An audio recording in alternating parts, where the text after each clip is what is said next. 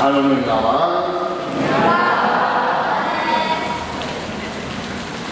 ဒီနေ့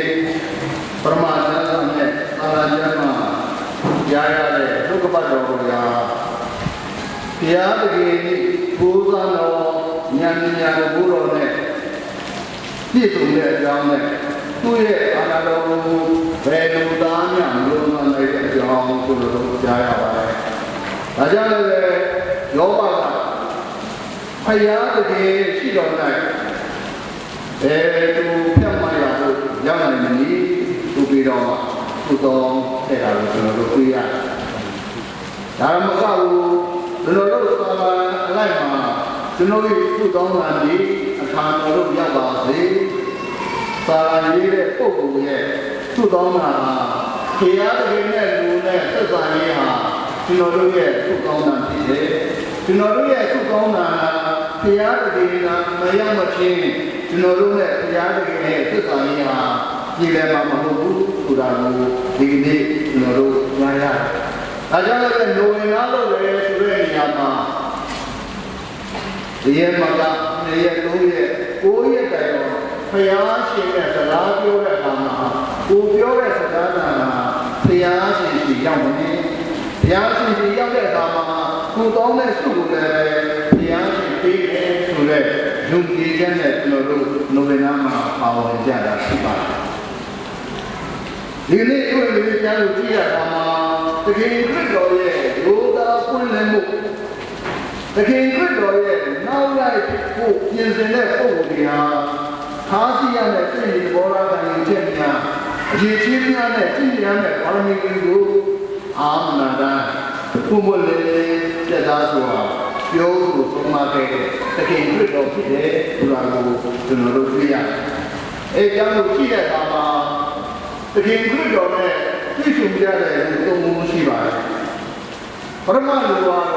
ကိုယ်တော်ပြောတဲ့နေရာအရေးကိုကျွန်တော်လိုက်ပါမယ်။ကိုယ်တော်ပြောတဲ့နေရာအရေးကိုကျွန်တော်လိုက်ပါမယ်လို့တကယ်ခရစ်တော်ကိုရှောက်တဲ့အခါမှာတကယ်ခရစ်တော်ကချက်ချင်းလက်မခံဘူးတကယ်ခရစ်တော်ကချက်ချင်းလက်မခံဘူးနားတော့လိုက်တာကောင်းပါလေခေလိုက်ဒီမှာဖြစ်တယ်ပတ်စံနေနေဒီတဲ့ပေါ့နော်မာမပြောဒီဝိရိနားနဲ့ဝိရိရှိကြတယ်ဘိုးဘောင်းတွေမှာပြန်လာတဲ့နှစ်တွေကသူတို့တွေအတိုက်ရှိကြတယ်ဒါပေမဲ့ဒီလူသားဟာဒီလောကမှာကောင်းတဲ့နေရာမရှိဘူးမလိုက်နဲ့လို့လည်းမပြောလိုက်ပါလို့လည်းမပြောတကယ်ခရစ်တော်ပြန်ပြီးတော့ဖြေတဲ့စကားမိုးကောင်းတွေနဲ့နေဝေးတွေနဲ့လူသားနဲ့အဲ့တုံးခုနဲ့ဥပမာပေးပြီးတော့ဒီခရစ်တော်ကပြန်ပြီးတော့ဖြေရှင်းလိုက်ခင်ဗျားပြောတဲ့စကားကလို့လေခင်ဗျားကအပြည့်အကျနော်အတွေ့အကြုံမလေ့လာပဲနဲ့ခင်ဗျားပြောတာဖြစ်ကောင်းဖြစ်နိုင်တယ်တကယ်ခရစ်တော်ရဲ့ဘိုးနဲ့တနာကိုမြင်မှုတယ်တကယ်ခရစ်တော်လုပ်တဲ့အရာတွေကိုမြင်မှုတယ်အဲ့တော့အထင်ကြီးလို့နောက်လိုက်ချင်တာလည်းဖြစ်ကောင်းဖြစ်နိုင်တယ်ဆိုတာတကယ်ခရစ်တော်ကသိအခုမြင်ပြီးတော့အခုကြိုက်အခုတခါလဲဆုံးဖြတ်ပြီးတော့မင်္ဂလာဆောင်လက်ကြမ်းနဲ့လူပြုလေးကိုမဖြစ်ပါစေနဲ့သူ့နောက်လိုက်တဲ့သူဟာတကယ်ခရစ်တော်ရဲ့လမ်းစဉ်အတိုင်းသွားမယ်တကယ်ခရစ်တော်ရဲ့လေးလအတိုင်းရှောက်ရမယ်တကယ်ခရစ်တော်ရဲ့အလိုတော်နဲ့တိုက်နေတဲ့ဘဝကိုရှင်းလင်းဖို့ယုံလာရမယ်ဆိုတာကိုတကယ်ခရစ်တော်ကရှင်းပြပေးနေတယ်ဒီလိုမျိုးတကယ်ခရစ်တော်နဲ့ပြုလုပ်ခြင်းနောက်လိုက်ဖို့ကလေးပေးတဲ့ပုံပုံမျိုးပါလည်းလွယ်လွယ်လေးနဲ့ကလေးပေးပြီးတော့ကလေးဒီမှာဒီကြတဲ့ပုံပုံတွေဖြစ်တယ်တကယ်ခရစ်တော်ကတော့လူသားဟာကောင်းချက်စရာနေရာမရှိဘူးပြောခဲ့တကယ်က God is omnipresent God is omnipotent ဘုရားရှင်ဟာအရာအလုံးကိုသိတဲ့ဘုရားဖြစ်တယ်ဘုရားရှင်ဟာနေရာကန့်သတ်မရှိနေရာတိုင်းမှာသိရှိတဲ့ဘုရားဖြစ်တယ်ကောင်းချက်စရာနေရာတည်တံ့ ရှားစရာမလိုပဲတရားဖြစ်တယ်ဒီတရားဟာတခင်ဖြစ်တော်ဖြစ်တယ်အဲဒီတော့တခင်ဖြစ်တော်ရဲ့တပည့်တွေဟာလူဘဝမှာဟန်ဆောင်နေနဲ့တခင်ဖြစ်တော်နားလည်းမရဘူးလောကကြီးရမျောလင်းချက်တက်တက်ချင်းတခင်ဖြစ်တော်နားလည်းလို့ပဲမဖြစ်နိုင်ဘူးဆိုတာကိုတခင်ဖြစ်တော်ကိုယ်နဲ့သုံးမှချင်းဖြစ်တယ်တခင်ဖြစ်တော်ရဲ့ပါဝါလို့ခေါ်တယ်စွာတူတော်တကူလက္ခဏာကိုပြန့်နိုင်တဲ့ပါဝါကိုမြင်ဖို့ရုံနဲ့သူ့နောက်လိုက်လို့မရအဲ့ပါဝါပြီးတဲ့နောက်မှာပါဝတိလို့ခေါ်တဲ့တကယ်ခရစ်တော်ရဲ့စေဒုက္ခဝေဒနာစားတိုင်းလမ်းကိုလည်းပူပြီးတော့မှသိထားရမယ်အနာဂမအတာဖန်နေရောစကားအဲ့ဘုံငင်နိုင်ငံစောင့်သားနိုင်ဖို့ရလောကမှာငါးတိုင်းလမ်းကိုရှောက်လို့ရှောက်ရမယ်ဆိုတဲ့အဖြစ်ပဲအပြင်ခရစ်တော်ဆုံးမခြင်းဖြစ်ပါတယ်။ဒါကြောင့်လည်းရာမများကြီးတကယ်ခရစ်တော်နောက်ကိုလိုက်ရင်မိမိဘဝအသက်တာကိုအနစ်နာခံသိစေတတ်သူများဖြစ်ပါတယ်။တကယ်ခရစ်တော်ကိုယ်တိုင်ဘုရားဖြစ်တဲ့နှိမ့်ကြဆိုလူအဖြစ်ကိုယူပြီးလူလောကမှာနေတိုင်းခြင်းဒါတွေကိုသာမီအသေးကကျင်းလန်းရှင်ကိုဘယ်တော့မှတကယ်ခရစ်တော်နားလိုက်တဲ့လူကမမေ့တဲ့ဘူးမမေ့ရဘူးလို့တကယ်ခရစ်တော်ပထမလူနဲ့ကျွန်တော်တို့ကိုသင်ကြားတာပြပါတယ်ဥပမာအနေနဲ့ဒီလိုမျိုးညာတိတဲ့ညမှာဒီတော့မှမိဘကသားကသူ့ရဲ့သားလေးကိုကျမ်းတော်ဘုံတော်ကြည့်ခြင်းမှာလာအပ်ပါတယ်ဘုတော်ကြီးကျမတို့သားလေးက6သားအရွယ်တွေကတော့မကြည့်ရတာသူခေါ်မကြည့်ရတာတေးကြပြီသူပြီးတော့မိဘနှစ်ပါးကသူ့ရဲ့သားကိုကျမ်းတော်ဘုံတော်ကြည့်ခြင်းမှာလာအပ်ပါတယ်ဒီကောင်းပါပြီဘုန်းကြီးကလက်ခံတယ်နေရာကြီးကြည့်ရအောင်အိမ်ခန်းလေးကြီးကြည့်ရအောင်ဒီကျုပ်သားအိမ်သားလေးကြီးကြည့်ရအောင်ဆိုပြီးပြောပြီးတော့ပြည့်စည်ချတဲ့အခါမှာဒါအမိတုံးကိုဆွေးနွေးပြီးတော့မှဟောနေသားနဲ့စစ်နေမလားနောက်ရကျတော့အိမ်ရလေးပြီးတော့တုံးကိုဆက်လို့အင်းပြန်သွားကြသူများရဲ့ဘဝကိုအပေါ်ရမြင်ုံနဲ့တော့မရဘူးစေစဘဝဘုန်းကြီးဘဝသာသနာ့ဘဝကိုလည်းသူတို့ရဲ့ဘုရားရှင်ပေါ်မှာနော်မြတ်စွာဘုရားဟောတဲ့အချိန်သုတောင်းတဲ့အချိန်သုတောင်းပွဲသွားတဲ့အချိန်ကမြင်လို့လည်းကျွန်တော်တို့မရနိုင်ပေးဆိုင်ရတယ်အောက်ခြေကနေဘဝကိုပေးဆိုင်ရတယ်တကယ်ခရစ်တော်ရဲ့ကားတိုင်လမ်းကိုရှောက်ရမယ်ဆိုတာကိုဒီကနေ့တကယ်ခရစ်တော်ကသုံးမသွန်သင်ပေးတယ်ကျွန်တော်တို့ဘာသာလူများအနေနဲ့ကျွန်တော်တို့ရဲ့ယုံကြည်ခြင်းကိုရှောက်လာတဲ့အခါမှာလည်းတကယ်ခရစ်တော်ရဲ့ကားနိုင်လမ်းစဉ်ကိုမှတ်ဖြစ်မှနေရှောက်မှသာလေရှိမှန်တဲ့တရားရဲ့သာသမီတွေဖြစ်နိုင်ကြမှာဖြစ်ပါတယ်ဒုတိယကတကယ်ခရစ်တော်ကခေါ်တယ်နေနေငါနာလိုက်ကိုယ်လိုက်နေဒီကလည်းလိုက်ပါဒါပေမဲ့အဖေတို့အနေနဲ့လူမရဘူးဒီပုဂ္ဂိုလ်ကတကယ်ခရစ်တော်ရဲ့နောက်လိုက်တော့ဖြစ်နေတယ်ဒါပေမဲ့သူ့မှာစိတ်ကပိုင်းရှိတကယ်ခရစ်တော်နောက်လိုက်ဖို့ကပိုင်းဖြစ်အိမ်မှာကိစ္စတွေကပိုင်းဖြစ်အဲ့တော့ခြေစုံနဲ့စုံဝင်လို့မရဘူးအိမ်မှာအဖေကတင်နေတာဟုတ်တယ်လို့ဟုတ်ချင်မှလည်းဟုတ်တယ်အိမ်မှုကိစ္စလေးတွေကိုသိပြီးတော့မှမမျောသေးတယ်မိသားစုအရေးတွေကိုခေါင်းထဲမှာဖြတ်လို့မရသေးဘူးမိမိဘဝကိုလုံးလုံးကျန်ကျန်ပြတော်တာမနိုင်သေးဘူးအခွင့်အရေးကောင်းရင်ကောင်းတယ်လို့အလို့ရှိရင်လည်းရှိအောင်တယ်ဒါမှမဟုတ်ရင်ခရစ်တော်နောက်လိုက်ဘာလို့ထိုက်ရမှာအိမ်မှာမိသားစုနဲ့အေးသေးနေတာလည်းကောင်းတယ်အိမ်မှာဘောင်းဘိုင်ဝတ်ဒီမိဘတွေအလိုလိုက်ဒီတည်းနော်အွန်လိုင်းနဲ့နိုဝင်ဘာတော့လည်းအချိန်ကုန်တယ်ဘုရားကျောင်းတော့လည်းပါဖြစ်ပြီးတယ်မတော်တဲ့လူတွေလည်းပါသွားတယ်အချိန်ကုန်တာလည်းရှိပြီဝိုင်းရှိတော့လည်းတို့တွေကျမ်းပွဲကိုဒီလည်းဘုရားကျောင်းတက်တဲ့လူတွေလုပ်ကြပါစေကိုကြိုက်ရတော့ဦးမယ်စိတ်ကမကုန်သေးဘူးတခင်ခရစ်တော်နောက်လိုက်တော့ခ ဖြစ်ချင်တယ်ဒါပေမဲ့အိမ်မှာစင်ပြီးတရွေ့ရုံနဲ့ကောင်းဖို့ဆိုလို့ခေါ်တယ်ကိုယ့်အတွက်တက်တုံးတက်တာဖြစ်တဲ့ဘဝကိုဆက်လက်ပြီးတော့မှရှင်းလာဦးမယ်ဆိုတဲ့တော့စိတ်ထားမျိုးဖြစ်မှန်တိုင်းပြောမယ်ဆိုရင်တော့လို့ဆောင်ရမယ့်အရာတာဝန်ဝတ္တရားကိုမိမိရဲ့ခံစားချက်နဲ့အစားထိုးလို့ပြောရမရတာဝန်ဝတ္တရားတစ်ခုကိုမိမိရဲ့ခံစားချက်နဲ့အစားထိုးလို့မရမိဘရဲ့တာဝန်ဝတ္တရားကိုငါမိဘကိုခံစားဖို့အဲ့တော့မိဘတာဝန်ဝတ္တရားကိုကျွန်တော်မလုပ်တော့ဘူးပြောလို့မရသာသနာပြုမဲ့တာဝန်ဝတ္တရားကိုငါသာသနာပြုဖို့ခံစားချက်ဖြေမလာဘူးလို့နော်ကိုဖြေလာတာလင်းစောနဲ့နော်ရုပ်ရှင်ကြည့်နေဘောလုံးပွဲကြည့်နေအဲ့ဒါပဲဖြေမလာနေတယ်အစားထိုးလို့မရဒီလိုမျိုးကအစားထိုးမိမယ်ဆိုရင်ဘဝမှာကမောက်ကမတွေဖြစ်နိုင်ခရစ်တော်ရဲ့ကောင်းမှုရှင်လမ်းစဉ်ကရှင်လန်းတာတဲ့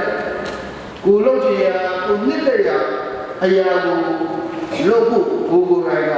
ရွေးထည့်ခြင်းတာဖြစ်တယ်ကိုကတော့ခရစ်တော်နားလေအောင်ကိုယ်ဘဝကိုအနစ်နာခံယုံကံပြီးရှင်လန်းနေတဲ့အစားကိုဖြစ်နေတဲ့ကိုလိုချင်တဲ့အတိုင်းနေတာကိုတကယ်ခရစ်တော်ကနားလေပြည့်တယ်လို့ခံယူတဲ့ပုံပုံလေးဖြစ်တကယ်ခရစ်တော်ကကျွန်တော်ဘဝကျွန်မဘဝကျွန်တော်တို့မိသားစုကဒီလိုဖြစ်နေတာတကယ်ခရစ်တော်ကကျွန်တော်တို့ကိုနားလေပြရမှာအဲ့လိုမျိုးအခုနေယူနိုင်တဲ့ပုံပုံမျိုးရှိနိုင်ကိုလို့တဲ့အရာတွေဟာကိုယ့်ရဲ့ခံစားချက်ကလွန်မိုးတဲ့အချိန်မှာကိုလို့တဲ့အရာတွေဟာအကောင်းဖြစ်လာနိုင်လို့အကောင်းလည်းဖြစ်ချင်မှလည်းဖြစ်လာနိုင်တယ်လို့ရမယ့်လုံငန်းအကောင်းတစ်ခုကိုယ့်ရဲ့ခံစားချက်ကြောင့်လက်လိုရှုပ်ပြီးတော့မှတရုပ်မဆိုင်ပဲနေတာမျိုးပဲကြုံနိုင်ပါတယ်ဥပမာနဲ့မိမိရဲ့ခံစားချက်ဟာစုကောင်းခြင်းနဲ့ကြားကြားသွားခြင်းနဲ့စိတ်ရှိဘူးလို့မိမိကိုယ်ကိုခံယူနေတဲ့အချိန်မှာနိုရနာသွားတာကောင်းတယ်ဘုရားနဲ့စကားပြောတာကောင်းတယ်စုတောင်းတာကောင်းတယ်ဆိုတဲ့အတိတရားဝင်ပြီးနေလို့ကိုယ့်ရဲ့ခံစားချက်ကအခုလိုလွန်မှုတဲ့အခါမှာကိုယ်တိုင်ဘုရားကြောင့်ရောက်ချင်မှရမယ်ဘုရားကြောင့်ရောက်တော့လေကိုယ့်ရဲ့အတွေ့အပေါ်လေးတွေကကိုယ့်ကိုလွန်မှုတဲ့အခါမှာအခုမိုးရွာတယ်လမ်းလာတဲ့အဝတ်တွေလူသိမ်းမလဲ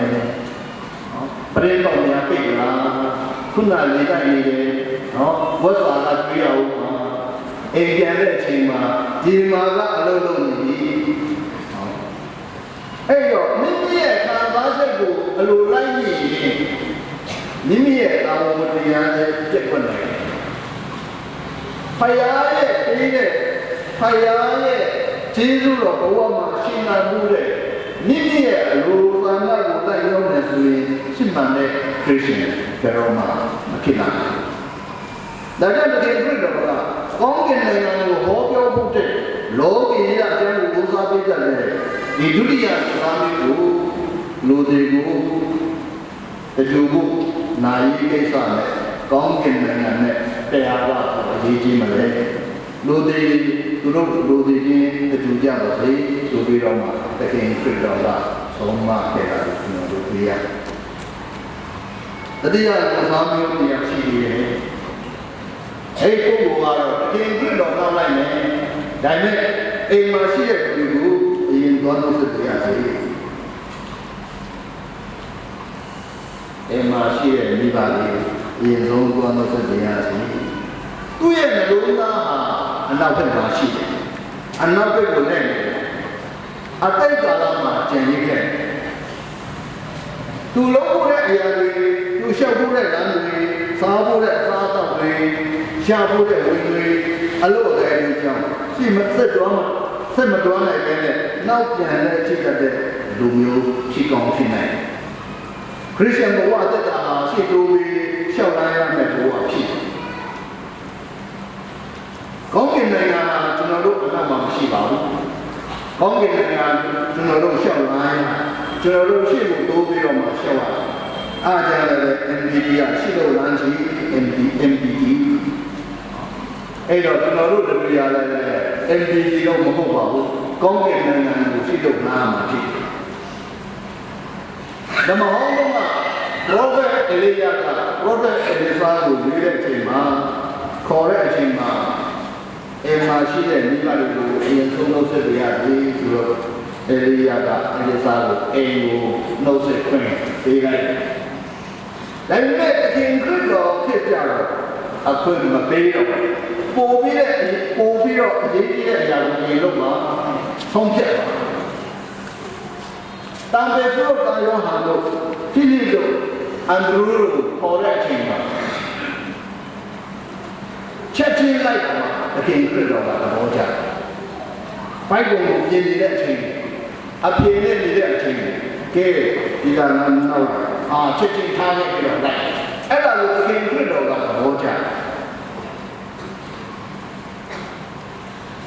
ကောင်းကောင်းနဲ့စိုက်ကယ်မောင်းတဲ့လူကနောက်ကြည့်မှပါမယ်လို့တော့စေကံထဲမှာပါတယ်။ဒါနဲ့နောက်ကြည့်မှပဲတစ်ချိန်လုံးကြည့်နေမယ်ဆိုရင်နောက်ကလာတဲ့လူတွေမြင်ရရှိဖို့မမြင်ရအဲ့ဒါတော့ပြတ်တယ်မှာတဲ့ရှိမှထိုက်တော့အဲ့ရှိတဲ့ဖြစ်တော့ကျင်တဲ့ဖြစ်တော့ကိုရိုနာတော့လိုက်ရစီဒါပေမဲ့အရင်ဆုံးအင်ပြန်မှုနဲ့တခင်ခရစ်တော်ကလက်မခံတခင်ခရစ်တော်ကလက်မခံဒီလိုမျိုးပုံကိုဒီလိုဖြစ်နိုင်တယ်ဆိုတော့ဓမ္မကျမ်းစာကိုမြစ်တဲ့ပုံဆိုတဲ့အကျိုးပုံကိုတွေကဒီလိုမျိုးပုံကိုတွေကမိမိလုပ်တဲ့အပြည့်ရဲ့လို့ရတဲ့ကိုအနေနဲ့ဆွဲရတဲ့ပုံကိုဖြစ်နိုင်တယ်ကောပကာလူကြီးရှင်နာကောပကာလူတို့ကဓမ္မဆရာတို့ကတော့ဓမ္မဆရာတို့ကဥက္ကရာဆိုနာဥက္ကရာတို့ကကျမ်းလည်းကျမ်းကအိမ်ကကျမ်းလည်းလူတို့ကငါတို့ကဆိုတော့အခုလည်းဖြစ်နေတဲ့အရာကိုလက်ပိုက်ကြည့်ပြီးတော့မှဝေဖန်တဲ့ဟိုဟာကြွားတတ်တဲ့လူလည်းဖြစ်ကောင်းဖြစ်နိုင်တယ်ဆိုကြတယ်အတိတ်ကာလမှာပဲသူ့ရဲ့အတွေ့အကြုံကကျင်နေခဲ့တယ်ရှင်းမှမြင်နေတဲ့ကောင်းတဲ့အရာတွေကိုလက်တွေ့ဆောင်ရွက်အကောင်အထည်ပေါ်ဖို့တတိမရဒါကြောင့်တော်ဖူးကပြောတယ်နော်သူ့ဒီပေါင်းများစွာအကျယ်ထုတ်ခဲ့တဲ့အာနာတိကိုဘယ်လိုလုပ်နေလဲကျွန်တော်တို့ရှိမှလုပ်เสียအများကြီးရှိတယ်နောက်နဲ့ကြည့်တော့ဘူးနောက်ပြန်မလိုက်တော့ရှင်းမှလုပ်เสียအများကြီးရှိတယ်အဲ့အရင်ကဖြစ်ခဲ့တဲ့အသေးဖြစ်ခဲ့တဲ့ဖြစ်ပျက်တွေကြောင့်အခြေပုံမခံတော့ဘူးဒီမှာတမမှားပါတယ်ကျွန်တော်တို့ခရစ်ယာန်ဘဝအသက်တာမှာလည်းဒီနောက်မှာဖြစ်ပျက်နေတဲ့အရာကြောင့်စိတ်ပြည့်ပြီးတော့မှနလမထူနိုင်တဲ့ပုံကိုယ်တွေလည်းအများကြီးရှိကောင်းရှိတယ်ရှင်းမှာလောက်တဲ့အရာတွေကြောင့်ဝါကြွားပြီးတော့ထိုင်ရင်းတဲ့အခြေလုံးမိမိဘဝကိုဘဝမြင့်တဲ့ပုံကိုယ်လည်းရှိကောင်းရှိတယ်ဒီကနေ့တကယ်ခရစ်တော်ကိုကြည့်တဲ့ပုံကိုယ်ကနောက်ကျမှတဲ့လို့ရရှိတာတော့နောက်ကျမှလည်းပို့ပြီးတော့ပြင်ဆင်ရရှိတာပြင်ဆင်တာပို့ပြီးတော့ကောင်းတဲ့အရာကိုဆက်လက်ထိန်းသိမ်းပါပို့ပြီးတော့ပြည့်စုံတဲ့ခရစ်ယာန်ဘဝအသက်တာကိုနိုင်ချင်နေထိုင်ပါဒါတကယ်ခရစ်တော်ရဲ့လူချင်းတဲ့အရာဖြစ်တယ်ပါရမီနဲ့ရဟန်းဖြစ်တဲ့ကြံတော်ဘုံရည်ဖြစ်ဖို့မိဘမိကိုမောင်နှမရဲ့အခါမှမဆွေးနွေးခဲ့အခွင့်အရေးမတော်ခဲ့ရတဲ့နေ့ဘာသာဝင်ဖို့ဘယ်လိုမှအခွင့်မတော်ခဲ့ကိုယ့်ရဲ့ကိုယ်ပိုင်ဆုံးဖြတ်ချက်နဲ့ကိုယ်သိတဲ့နားတဲ့သဘောပေါက်တဲ့အရာလေးနဲ့တကယ်ခရစ်တော်ရဲ့ကျေးဇူးတော်ကိုမြင်ရင်မိမိကိုယ်ဒီဆုံးဖြတ်ခဲ့နောက်ပြန်လဲပုံကိုထိုလုံးကိုကြိုက်ပြီးနောက်လိုက်ကြည့်ရဲ့ပုံကနိုင်ကောင်းတဲ့နိုင်ငံတော်နဲ့မထိုက်တာဘူးလို့ပြောတဲ့အခါမှာအတိတ်ရဲ့ပုံစံအများကြီးရှိပါတယ်။သာသနာ့လောကမှာငါတို့တွေငါတို့ဒီစီဥစ္စာနောက်မှာကောင်းတယ်ငါတို့ပြဖြစ်တာဘုရားမျိုးလည်းဖြစ်တော့ပါတယ် 나로와 베로마 따도나도 로메 맘보고 나로 세예 나로 마음시고 나로 세 주비로마 세 아미이 차이니데 치고 치네 디그니 તકીન 그래도 로지나가 차와 치고 좋아봐 프라마도 그래 데비로 비바 디 그리스도 뭐 신나무야 중앙에 누가 그게고 주비로 띠디 하야네 어머니 셔봐ကျွန်တော်အမှန်တမ်းခွန်အားယူတဲ့အရာကတော့ပါလေဆိုတော့ကိုယ်ခေါ်တဲ့အရာကသိကြတယ်ကိုယ့်အတွက်ကောင်းမှုတွေကိုယ်ခေါ်တဲ့အရာကကိုယ့်အတွက်ကောင်းမှုတွေဖယားကခေါ်လို့တခြားလူတွေပြရတဲ့အားကိုမလိုဘူးဘာဖြစ်လို့ဖယားကခေါ်တဲ့အချိန်မှာဒီဖယားကမှအာဝမယူလို့ဆိုရင်ဒီဖယားကဖယားမဟုတ်ပါဘူးမိမိရဲ့ခေါ်တော်မူခြင်းအတွက်မိဘအနေနဲ့အိမ်တော်နဲ့အနေနဲ့ခေါ်တော်မူခြင်းနော်လူမျိုးအနေနဲ့ခေါ်တော်မူခြင်းတော့မရှိတော့ဘူးနော်ဒါနဲ့တရားတော်လေးတော့နော်ကျွန်တော်တို့ဂုဏ်ပြုတဲ့ပုံစံရှိရင်တော့ခရစ်ယာန်တို့နေရာတော့ဂုဏ်ပြုတဲ့ပုံအပြုကြီးတွေဂုဏ်ပြုတဲ့ရန်ကုန်မှာတော့အပြုကြီးတွေတရားဆွဲနေတယ်ဆိုတော့ဒေါ်လာဒီနော်ဘာဖြစ်လို့အပြုကြီးလို့ကလည်းဂိုက်ွက်နဲ့နေရာချင်းတော့အပြုကြီးလို့ဒါ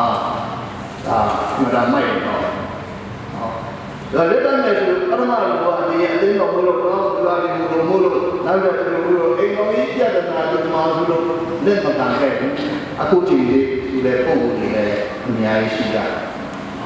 အဲ့ပုံပုံလည်းဂုံပြုစရာကောင်းတယ်ခေါ်တော်မူခြင်းတိုင်းမှာဘုရားကတောင်းယူတယ်စေတောင်းခြင်းကလည်းဘုရားကတောင်းယူတာဘုရားတောင်းယူတဲ့အရာကိုထိန်းသိမ်းတဲ့ပုဂ္ဂိုလ်အတုံးမကျတဲ့အခါမှာပြောက်သွားတတ်တယ်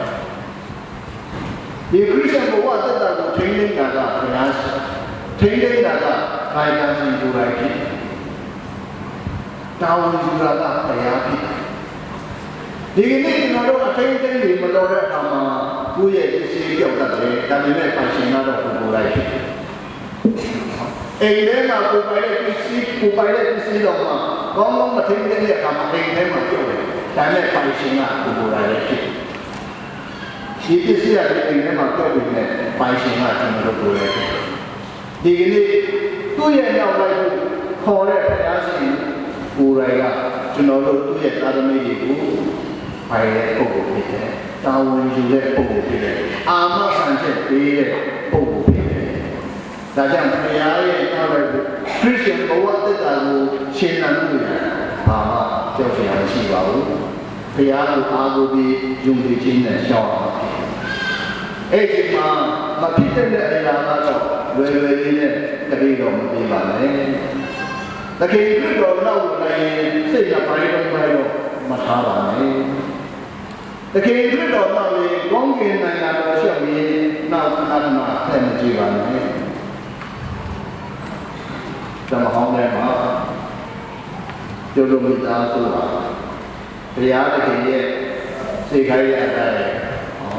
သူတို့မျိုးကိုမြှုပ်ထားတဲ့အခါမှာနောက်ဆက်မကြည့်ပါနဲ့ဆိုတော့နောက်လက်ကြည့်ရလို့ဘာပဲဖြစ်ကြံရခဲ့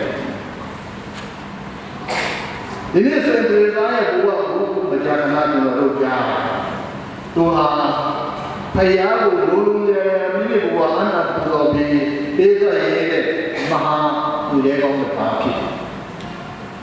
မိမိဘုရားကိုချစ်ချင်းတရားဖြင့်လောသွန်းစေပြီးတော့ပေးစခဲ့ကုံဆုံးနေတယ်တော့ဖျောင်းနိုင်လို့အလေးပြီးတော့ချစ်ချင်းတရားကိုလောသွန်းစေခဲ့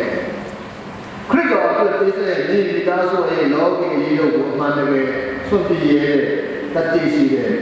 မဟာတူရဘာတူရမြတ်တူရနော်သူရဲ့ကောင်းဖြစ်